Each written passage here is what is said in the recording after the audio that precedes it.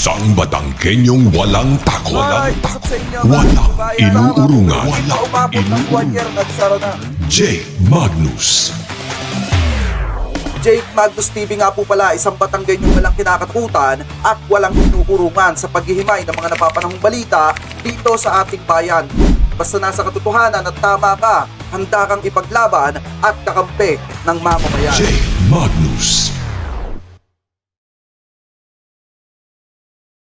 Punta na po tayo sa ikalawang yugto ng ating talakayan. Etong patungkol mga kababayan sa isang balita na nakita po natin na kung saan sinasabi po dito sa Abante, una sa balita, na eto daw pong si Senate President Juan Miguel Zubiri, mga kababayan, ay tila parang kinonsinte yung pagbubusisi dun po sa PIDEA leaks mga kababayan. Kasi nga naman, eto hindi maiwasan na maikumpara po ito ng mga netizen mga kababayan. Kasi unang-una, may lumabas kasing balita noong mga nakaraang araw or mga nakaraang linggo na kung saan parang hindi po ata pinaburan nitong si Senate President Juan Miguel Zubiri yung pagtatalakay po dun sa usapin ng gentleman's agreement nitong si Duterte, mga kababayan. Kasi nga, parang ang sinasabi doon mga kababayan, parang nahahaluan daw po ng politika yung gentleman's agreement na pinasok ni Duterte kung sakali natatalakayin po sa Senado, di umano.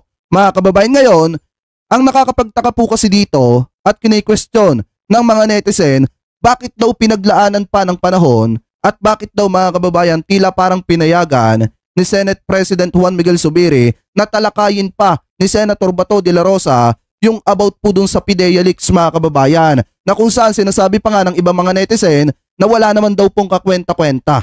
Ano po ngayon, basahin po natin etong nakita po nating balita galing po sa Abante, una sa balita. Sabi po dito, Zubiri, kinonsinte ang pagbubusisi sa PIDEA leaks. Basahin natin yung nilalaman. Sabi po dito mga kababayan, kinumpirma ni Senate President Juan Miguel Zubiri na hindi niya kinontrol ang komite ni Senator Ronald Bato de la Rosa sa pag-iimbestiga sa sinasabing nag-leak na dokumento mula sa Philippine Drug Enforcement Agency o etong PIDEA hinggil sa pagkakadawit ni Pangulong Ferdinand Bongbong Marcos Jr. sa isang celebrity sa paggamit ng legal na droga. Sabi pa dito, ayon kay Zubiri, bawat komite sa Senado ay binibigyang laya niya na magsagawa ng hearing kahit tatamaan si Pangulong Marcos. Sabi pa dito mga kababayan, kung sino man ang chairman diyan, kung ano ang patakaran niya, wala tayong magagawa, wika ni Senate President sa interview sa DWIZ.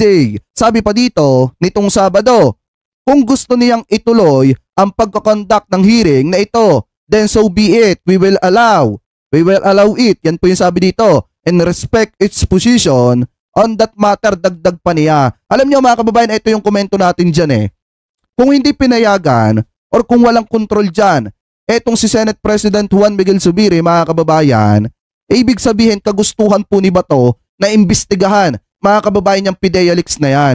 Alam niyo kung tutuusin ito yung mali dito sa investigasyon ni Senator Bato de la Rosa. Unang-una, pinangalanan po agad nila yung mga tao na naando dun sa dokumento mga kababayan, na kung saan nakaladkad po yung pangalan ng ating presidente at hinayaan niya na pangalanan nitong si Morales, yung isang celebrity mga kababayan na wala ngang kasiguraduhan kung yun ngang celebrity yon yung naando doon sa dokumento na nag-leak dito sa PIDEA, di umano. Mga kababayan, ngayon ipagpatuloy pa natin. Sabi pa dito, ikinatuwa pa ni Zubiri na noong nakaraang kongreso, inabot ng higit isang taon ng pagbubusisi ng Senate Blue Ribbon Committee sa Parmali scandal kung saan isinasangkot si dating Pangulong Rodrigo Duterte at ang ilang miyembro ng cabinet nito sa maanumalyang transaksyon. Mga kababayan, ito yung usapin dati, etong sa Parmali na ito ito yung usapin dati mga kababayan, na kung saan naging issue pa nga po ito dahil hindi ata pinapunta or parang kinausap ni Duterte yung mga resource person na iniimbitehan sa Senado na wag pong umattend sa patawag ng Senado mga kababayan. Ngayon sabi pa dito, basahin pa natin. Ang hearing ng Senate Committee on Public Order and Dangerous Drug ni De La Rosa, supporter ni Duterte, ay inakusahan ng dalawang miyembro ng Kamara de Representantes na bahagi umano ng destabilization plot laban sa Administrasyong Marcos. Dahil kung tutusin mga kababayan alam nyo ba kahit sino, ganyan yung iniisip.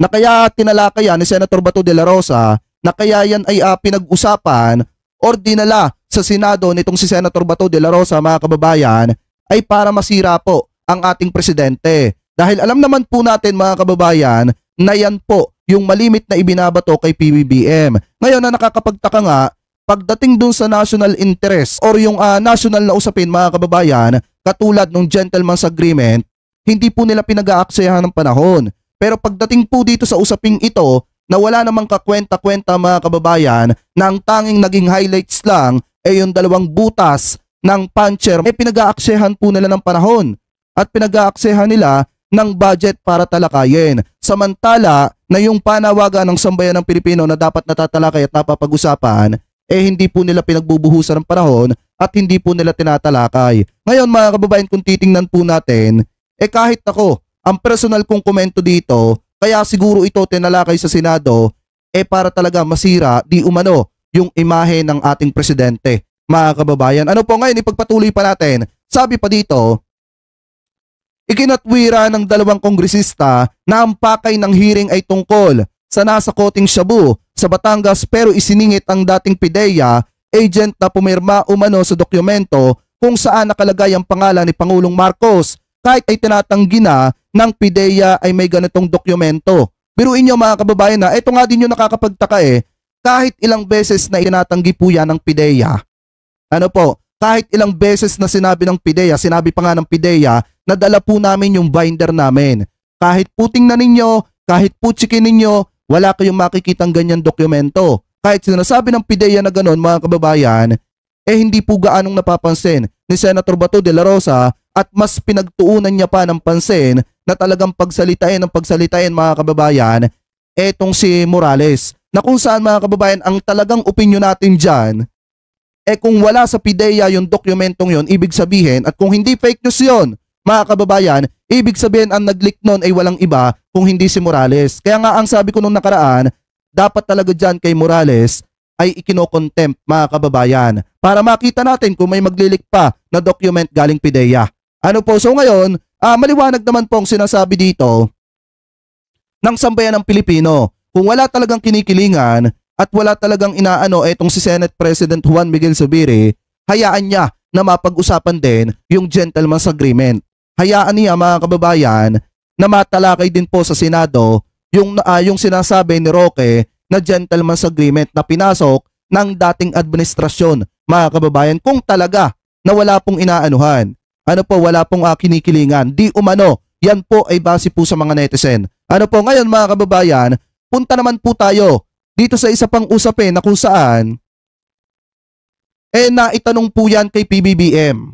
Yan patungkol po sa paggamit ng ipinagbabawal na gamot na kung saan kasama po ni PBBM etong si Ma'am Maricel Soriano na pinangalanan ni Morales dun po sa mismong hearing. At eto po yung naging sagot ni PBBM. Tingnan nyo po mabuti mga kababayan. Harap daw ni Maricel Soriano sa Senate hearing. Parang binabanggit po nila na parang they're involved sa drug something. Kami ni Bulong point of 12 daw po, Mr. President. Contrived yun. Tingnan nyo mabuti ha mga kababayan. Saglit na patula ni PBBM yung walang kakwenta-kwenta na accusation sa kanya. Anong ginawa ni PBBM? Tinawanan lamang po ni PBBM yung mga accusation laban po sa kanya. Kaya nga kung mapapansin nyo mga kababayan, yung mga DD-shit galit na galit kay PBBM ngayon. Dahil unang-una, ang sinasabi ng iba, saglip daw na sagutin ni PBBM, tinawanan lang mga kababayan. Eto ulitin pa natin. Harap daw ni Maricel Soriano sa Senate hearing. Parang binabanggit po nila na parang they're involved sa drug something. Kami ni Bulong point of 12 daw po, Mr. President. Contrived yun. Alam niyo ang isang hinihintay ko pa mga kababayan, ang isang hinihintay ko pa na ganito yung tawa ni PBBM kapag pinayagan na niya na pumasok yung ICC dito po sa ating bansa para imbestigahan mga kababayan etong si Digong. Kasi ngayon eto mga kababayan napakaganda rin at naitanong yan kay PBBM. Kita nyo, tinawanan lang ni PBBM kasi nga walang kakwenta-kwenta mga kababayan. At alam ni PBBM na accusation lamang po yan laban po sa kanya, ipagpatuloy pa natin. Isa pa mga So, kababayan. ni Maricel Soriano sa Senate hearing, parang binabanggit po nila na parang they're involved sa drug, something. Ganun. Kami ni Bulong ko ito, 12 daw po, Mr. President. Contrived yun. Contrived. Kita niyo yun mga kababayan ha, asar talo yung mga DDS. Kaya nga yung mga DDS dyan na nanonood, itawan nyo na lang yan. Itawan nyo na lang yan kung hindi kayo naniniwala kay PBBM. Eto, panoorin nyo yung video. Ayan o, tinatawanan lang kayo ng presidente. Eto, si Digong, tinatawanan lang ni PBBM. Alam nyo mga kababayan, paano ba naman hindi tatawanan yan ni PBBM? Mismong si Bato na nga ang nagsabi na nung panahon na chief etong si Bato mga kababayan, nung panahon na siya ay PNP chief, wala siyang nakita na record na etong si PBBM ay nasa drug list mga kababayan. Eto, pakinggan nyo mabuti. Tuloy na natin dito mga kababayan. Your time as Chief PNP At hindi lang sa Chief PNP, sa pagiging pulis sa matagal na panahon. Sa matagal na panahon, did you come across the name of President Marcos sa anumang listahan na may kinalaman po sa illegal drugs? Wala ako nagkita. Mga chismis lang. May mga chismis pero sa akin, yung sabi mo na listahan, nung pag-upo ko ng CPNP, wala ako nakita. Oh! Ano, mga didishit? Oh, ayan o, maliwanag. Si Batong ini-interview dyan ni Katunying. Ano yung sabi? Ano yung sabi ni Katunying? Tanong ni Katunying kay Senator Bato de la Rosa. Noong panahon ba na ikaw ay naging PNP chief? Or nung panahon ba na kahit ikaw ay naging matagal na PNP, ay na-encounter mo ba? Or nakita mo ba na nasa listahan si PBBM or kahit anong listahan na gumagamit ng ipinagbabawal na gamot? Ano yung sabi ni Bato? Wala. Pero may mga chismis lang. Ibig sabihin mga kababayan, yung mga chismis na ipinapakalat ni Duterte, ni Maharlika, ni Morales, ay kathang isip lamang po nila. Sa madalit salita mga kababayan, isang malaking kachismisan lamang po nila yan.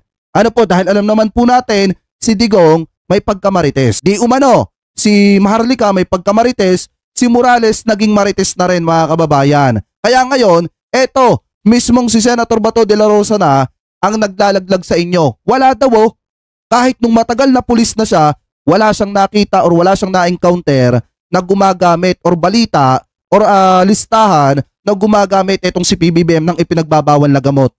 Ayan o, si Bato na nagsabi. Inimbestiga ba si Pangulong Marcos at any point na kayo po ay pulis in relation to illegal drugs? Wala, hindi namin inimbestigahan. Wala. Ayan, maliwanag naman. Wala ayon kay Senator Bato de la Rosa. Paano ba yan? Iyakan na tayo. Ayan o, maliwanag si Bato nagsasalita. Wala daw. Baka sabihin pa nung iba, fake news pa. Tingnan nyo namang mabuti yung ini-interview ni Katunying. Ulitin pa natin, isa pa.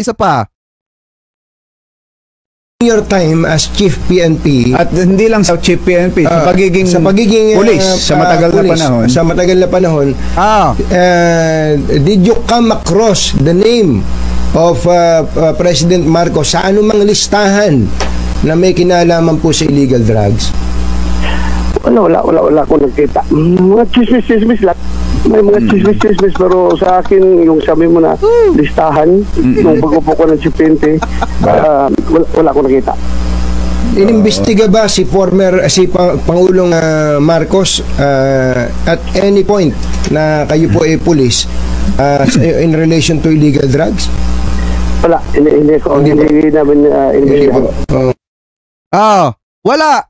Diba sabi dito ni Dennis Jones Dalida, nasa confidential folder yan. Hindi nga nakita nga doon ni Duterte nung mayor pa siya. Paano makikita ni Duterte yon? Kung yun ay nasa confidential folder. Gaya ng sinasabi ninyo. Diba sabi nung iba, ang claim nung iba, nasa confidential folder yan. Paano nakita ni Duterte nung mayor pa siya? Kung nasa confidential folder yan. Ibig sabihin, kung yan ay nakita ni Duterte, sa tingin nyo ba ililihim ni Duterte yan kay Bato? Alam naman natin kung ano yung relasyon ni Bato kay Duterte, mga kababayan. Di sana pinaputok na nila dati pa yan, kung talagang meron. At ito nakakapagtaka, naging presidente si Duterte pero hindi niya naipakulong or naipahuli sa salang paggamit ng ipinagbabawal na gamot etong si PBBM, mga kababayan. Ngayon, ipagpatuloy pa natin, hindi lang isang dating inappoint ni Duterte yung nagsalita na wala talagang record etong si PBBM. Kung hindi, mga kababayan, eto din yung sinabi ng isang inappoint ni Duterte nung panahon po niya, nung siya ay presidente pa. Eto, pakinggan nyo mabuti. Ang sabi ni PIDEA Chief Junicio Santiago. Kasi nakalagay po dito, eto, General Junicio Santiago, former chairman ng Dangerous Drugs Board 2017. Naging former PIDEA Chief noong 2006 hanggang 2011. Former Executive Director ng Dangerous Drugs Board noong 2005 hanggang 2006. Ngayon, pakinggan nyo mabuti. Ito kasi yung sabi niya dito. Even invited si BBM to be our flag raising speaker. Ba't kasi i-invitahin ko nasa drug issue? Kita mo ha? Ano yung sabi ni General Junicio Santiago? Kung si PBBM ay talagang nasa drug list, bakit niya iimbitahin nung panahon na siya ay PIDEA chief pa? Diba dun sa flag ceremony?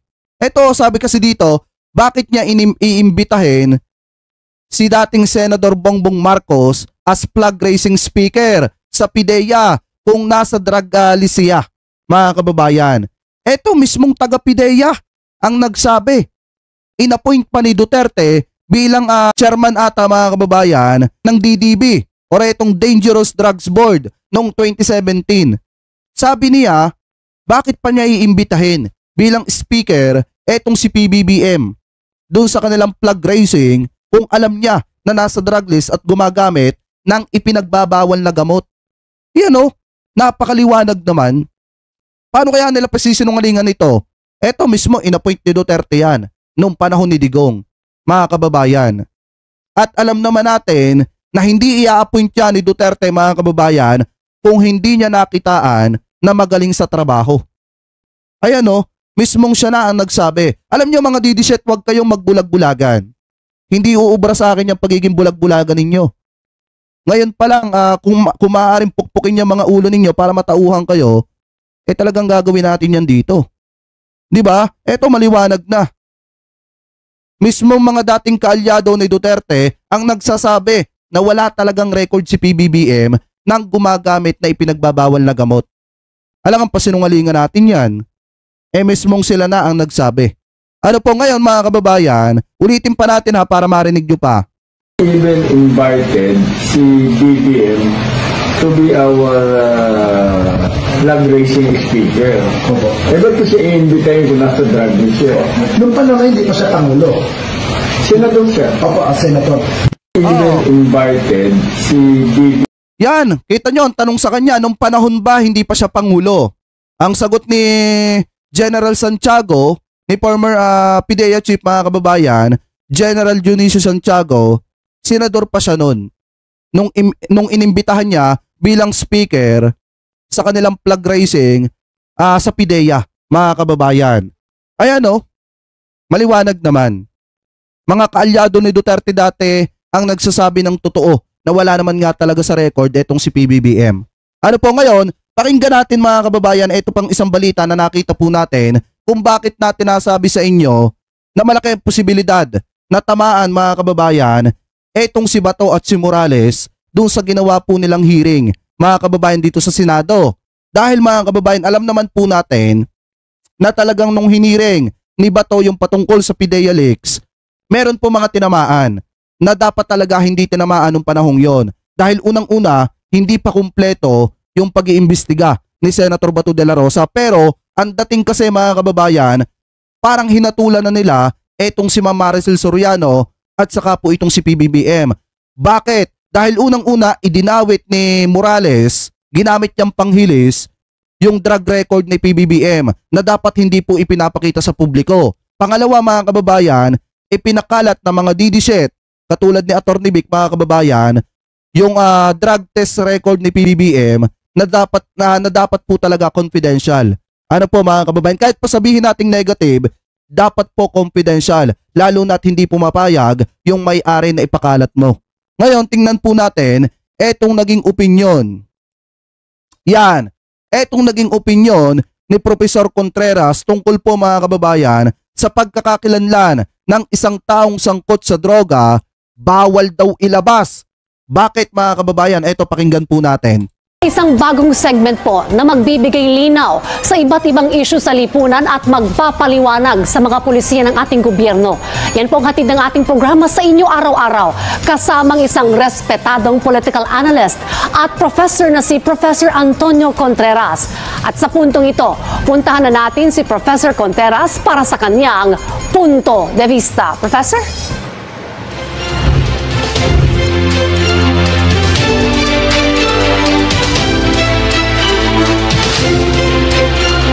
Magandang umaga sa inyong lahat at maraming salamat Dayan sa mga nanonood sa atin ngayon. Alam ko naman lahat kayo pamilyar dito kay Professor Contreras. Isa po ito sa pinakamagaling mga kababayan na political analysis. Nung panahon ng kampanya mga kababayan, karamihan sa kanya mga sinabi nagkatotoo dahil unang-una nanalo si PBBM bilang presidente ng ating bansa. At yung mga sinabi niya mga kababayan nung panahon ng kampanya nangyayari po ngayon. Ano po ngayon? Ito, pakinggan po natin yung kanyang komento dun sa isinagawang investigasyon ni Senator Bato de la Rosa about dun sa PIDEA leaks. Ano po ito? Pakinggan po natin.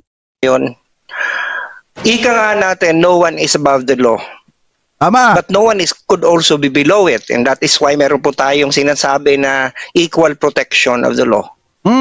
Meron din tayong sinasabing pamantayan na dapat ay meron tayong karapatan sa ating privacy. Tama. At meron din tayong sinasabi na lahat tayo presumed innocent until proven guilty. Bakit ako nagsisimula sa ganito? Kasi ang sino man na nag-undergo ng isang investigasyon, maging ito man ay sa anong issue o sa droga, ay merong karapatan ng bawat isa na itago ang kanyang identity. Tama. In fact, marami na po tayong batas. Kasi biruin nyo kung tutusin dapat, kasi ang topic lang naman talaga ni Senator Bato de la Rosa doon, hindi about to sa PIDEA leaks. Kung hindi, yung about dun sa ipinagbabawal na gamot na nasa sa Batangas mga kababayan. Ano po, na kung saan isiningit lang nila yung usapin patungkol po dun sa PIDEA leaks. Kaya nga naging mukhang walang kakwento-kwenta yung usapin mga kababayan. Kasi kung tutusin, gaya nga ng sinabi ni Senator Bato de la Rosa nung panahon na iniimbestigahan niya yung patungkol dyan sa PIDEA leaks na yan. Marami pang proseso na pagdadaanan yan. Unang-una, kailangan na-determine na si PBBM talaga yung naando doon sa dokumento na nag-leak na sinasabi ni Senator Bato de la Rosa. Pangalawa, dadaan pa yan sa hearing mga kababayan. Ano po, dadaan pa yan sa RTC, let's say mga kababayan. Ngayon, kailangan patunayan pa yan na si PBBM talaga yung naando doon. At saka si Ma'am Maricel Soriano. Pero anong nangyari, mga kababayan? Doon pa lang sa hearing na yon, talagang kinaladkad na agad nila yung pangalan ni PBBM. Kinaladkad na po agad nila yung pangalan ng isang respetadong artista, mga kababayan, ni Ma'am Maricel Soriano. Kita nyo kaya nga tatamaan dito kung sakali na magdemanda, etong si Ma'am Maricel Soriano, tatamaan dito ng malaki, etong si Morales. Kasi unang-una, siya po yung malimit na nagsasabi ng pangalan ni Ma'am Maricel Soriano nung naandudun pa sa investigasyon. Lahat ng tao may karapatan mga kababayan na protektahan yung kanilang mga identity. Lalo na at kung hindi pa napapatunayan na sila talaga yung tinutukoy doon sa dokumentong yon. Kaya nga may kasabihan tayo mga kababayan na hanggat hindi nahahatulan, ang isang tao ay mananatiling inosente. O ang isang akusado ay mananatiling inosente, mga kababayan. Ipagpatuloy pa natin. Nandiyan na po ang Republic Act 9165, ang mismong naglikha nung batas tungkol sa mga droga.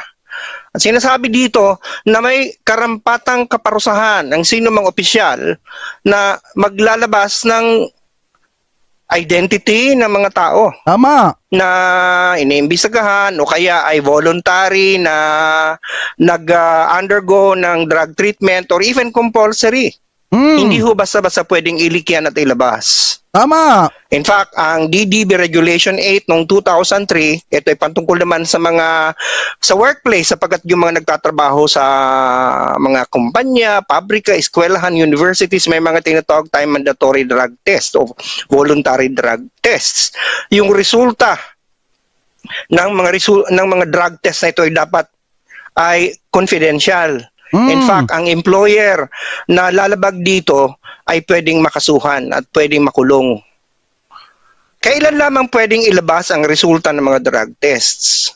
Yan. Ito ay kung required ng batas, in case of overriding public health and safety concerns o kung may consent ang mismong nag-test. Di ba kung tutusin, hindi nga natin alam kung nakausap ba nila yung St. Luke's, mga kababayan. Kasi inilabas po nila Inilabas nila yung record ng drug test nitong si PBBM. Hindi nga natin alam kung kinausap ba muna ng Senado yung St. Luke's bago po nila inilabas. Kung tinanong ba muna nila, mga kababayan, kung okay lang na ilabas, mga kababayan, yung record po nitong si PBBM. Ano po ngayon, ipagpatuloy pa natin? In fact, very recently noong August 2018, nagpalabas ang Privacy Commission ng isang advisory opinion at nire-reiterate na ang sino man na government employee na may hawak na record tungkol sa mga test sa alcohol at drugs, hindi basta-basta pwedeng ilabas ito. Inuulit ko po, may karapatan po tayo sa ating privacy. Namihasa na po kasi tayo na ang ating mga nahuhuling mga suspect ay ipinaparada sa harapan ng masa o ng madla kahit na hindi pa nga napapatunayan. Bakit ko po ito tinutukoy ngayon? Bakit natin tinatalakay ito? Kasi meron hong lumabas ngayon na alingas-ngas tungkol sa di umano ay leakage galing sa PIDEA, sa isang dating opisyal ng PIDEA. Pakinggan nyo mabuti to ha. Tingnan niyo yung pinupunto dito nitong si Professor Contreras, ni Prof. Contreras, mga kababayan. Yung isang leakage ay mismong di umano nang galing doon sa isang dating PIDEA agent, mga kababayan. Kasi ang opinion ko talaga dyan, kung ako ang tatanungin ninyo, ang tingin ko talaga dyan, hindi sa mismong PIDEA lumabas yung dokumentong yon kung tunay man, mga kababayan. Yan po ay lumabas talaga kay Morales. Dahil malaki ang posibilidad di umano si Morales yung nagbigay ng documents kay Maharlika para ilabas, mga kababayan, sa publiko at para masira ang presidente at ang PIDEA, mga kababayan. Ano po ngayon, ipagpatuloy pa natin? Tungkol sa isang investigasyon na nangyari noong 2012, di umano, na kung saan kasangkot maliban sa iba pang mga personalidad ay mismong ang Pangulong Marcos. Tama. Sinasabi ko po kanina, no one is above the law and the president is not above the law, but the president could never also be less than it. Okay? So ang dapat dito ay, ano ba talaga ang pamantayan natin? Pwede bang ilabas ang mga pangalan ng mga iniimbestigahan pa lang? Ayon po sa pagsusuri ng inyong profesor, malinaw po na ito ay pinagbabawal sa batas. Nakalulungkot na ngayon dahil nagkaroon ng ganitong leakage ng isang dating opisyal at ito ay binigyan pa, in-enable pa ng isang US-based vlogger, ay nagkakaroon ngayon ng mismong formal na pagdinig sa Senado. Hindi po natin tinatanggalan ng kapangyarihan ng Senadong magkaroon ng investigation in aid of legislation. However, yung po in aid of legislation, hindi po pwedeng gawin yung investigasyon in aid of a violation of laws. Mismo kasi ang Senado ang bahagi. Sabi ni back to back, peki naman yung docs, yung dokumento. Bakit tinatapik yan ni attorney? Alam nyo, ito nga yung hindi ko maintindihan Yung documents kasi na lumabas, sinabi na nga ng PIDEA na peke. Ano po, gawang AI. Pero pinagtuunan pa ng pansin, mga kababayan, nitong si Senator Bato de la Rosa. Mismo mga abogado na nga ang nagsuri at sinasabi po nila na talagang unang-una wala ngang control number. Pangalawa, mga kababayan, nakalagay doon, tunay na pangalan, bawal yung Elias. Pero ang nakalagay kasing pangalan doon, Bongbong Marcos lang, mga kababayan. Tapos tinakpan na po agad yung iba pa mga pangalan. May mga nakalagay pa na Bonget mga kababayan. Yun yung hindi natin talaga lubos maisip kung bakit pinag-aksehan pa ng panahon nitong si Senator Bato de la Rosa. Pero anyway, nandyan na yan mga kababayan. Abangan natin kung ano yung gagawin po nila. Sana mapapunta nila etong si Maharlika. Kasi ang inaabangan ko talaga din dyan ang mapapunta po ni Senator Bato de la Rosa, mapauwi niya etong si Maharlika. Kasi unang-una, pag hindi nila napapunta si Maharlika at pag hindi pumunta etong si Maharlika, isa lang ibig sabihin yan, mga kababayan, hindi niya kayang harapin yung ginawa niyang problema, yung ginawa po nilang gulo. Ano po, hindi nila kayang patunayan na talagang tama yung kanilang sinasabi. Kasi hindi nila kayang harapin personal, mga kababayan. Kasi etong si Maharlika, alam naman natin, marami siyang kondisyones bago siya pumunta ng Senado. Kailangan patunayan muna daw na tama at totoo yung dokumento na inilabas po nila. Sila yung nag-aakusa, pero ang kailangan magpatunay yung inaakusahan po nila. Pangalawa, kailangan mapapunta ang presidente dun po sa dun sa Senado. Mga kababayan, saka daw po pupunta etong si Maharlika. Kung ikaw ay pinapatawag at may respeto ka sa Senado, dapat pupunta ka. Pero pag hindi napapunta ni Senator Bato de la Rosa, isa lang ibig sabihin nun, mga kababayan, either na nagsisinungaling or natatakot harapin yung posibleng katotohanan na lalabas. Ngayon, ipagpatuloy pa natin. Lagi ng ating Kongreso na gumagawa ng batas. At may mga batas po ngayon na kung saan pinoprotektahan ang pagkakilala, ang pangalan ng mga taong mismo na nahatulan na nga na meron na nga silang na-prove na sila ay user ng drugs. Yung pa nga pinoprotektahan, yung mga taong mismong naging positibo nga sa drug test ay pinoprotektahan ang aning batas. Ano pa kaya yung ikaw ay iniimbestigahan pa lang? Sabi dito, showing na yung pulburon video, hinihintay ko nga Sana mapaaga. Kasi ang expected talaga namin, lalabas dun yan kasi sabi ni Maharlika. Kasi unang-una, hindi lang tayo basta vlogger. Kaya nating i-identify yung isang video kung fake news o hindi, kung edit o hindi. Bukas mga kababayan, mas magiging maganda yung himaya natin pagkatapos ng Senate hearing. Tandaan nyo po yan. Pag-aaksehan ko talaga ng panahon yan bukas. Ngayon, ipagpatuloy pa natin. Hindi ko naman sinasabing dapat pigilan ang ginagawa ng Senado. Tama. Pero dapat maging maingat po tayo sapagkat ang batas po natin ay naandyan. Lahat po tayo dapat ay sumusunod dito. Nakakatawa naman po na kapag ang isang ordinaryong mamamayan, papatawan natin ng ganitong batas ang isang ordinaryong nagtatrabaho sa isang government agency na may leak ang isang sitwasyon, ang isang investigasyon, papatawan natin ng parusa. Kung meron dapat tayong pinapatawan dito ng parusa, yung dating opisyal ng PIDEA na nag-leak sapagkat malinaw na binawa na merong paglabag sa batas. Tama. So inuulit ko po, no one is above the law. Even the president is not above the law. More so, the president is not above the law.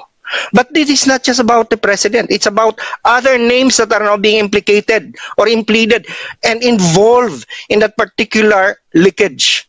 Alleged leakage. So maging maingat po tayo.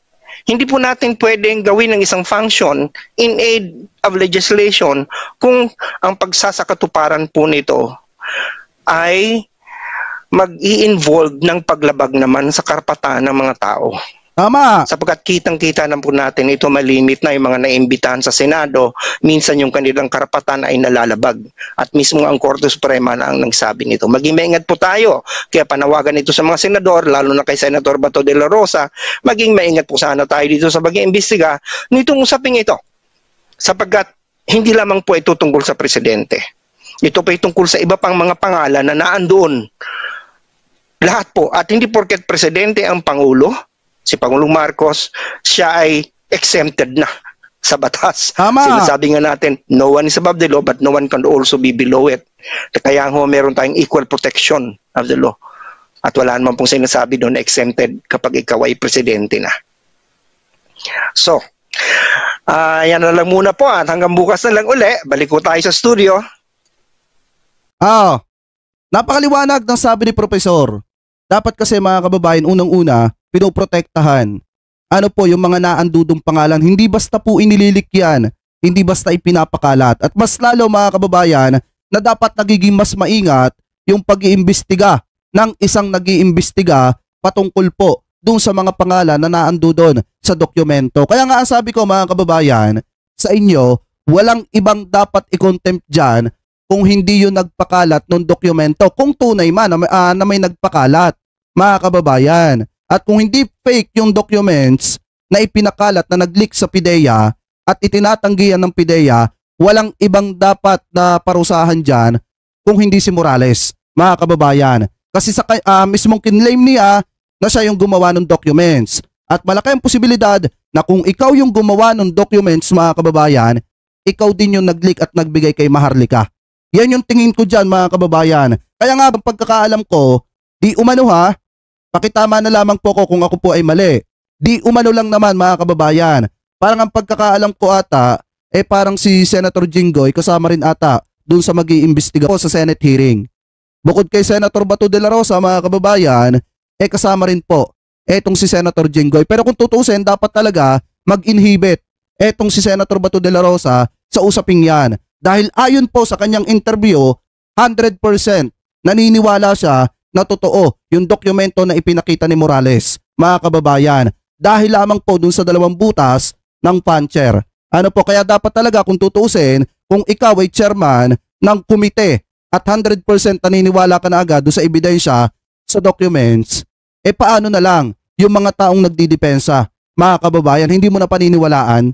Kaya nga dapat talaga mga kababayan, para lang naman sa akin mag-inhibit etong si Senator Bato de la Rosa. Pero anyway, tingnan pa rin po natin bukas kung ano po yung mangyayari sa Senate hearing. Alam nyo, sa totoo lang mga kababayan, ang hinihintay ko dyan ay yung video na ilalabas po sa Senate hearing. Kung may video man na ilalabas, pero kung ang pagbabasihan nila, yung dokumento na naman mga kababayan, na may 2 butas ng puncher, mapapasawala na naman yung kanilang investigasyon. Magmumukha na naman silang katawa-tawa at parang walang alam pagdating po sa publiko.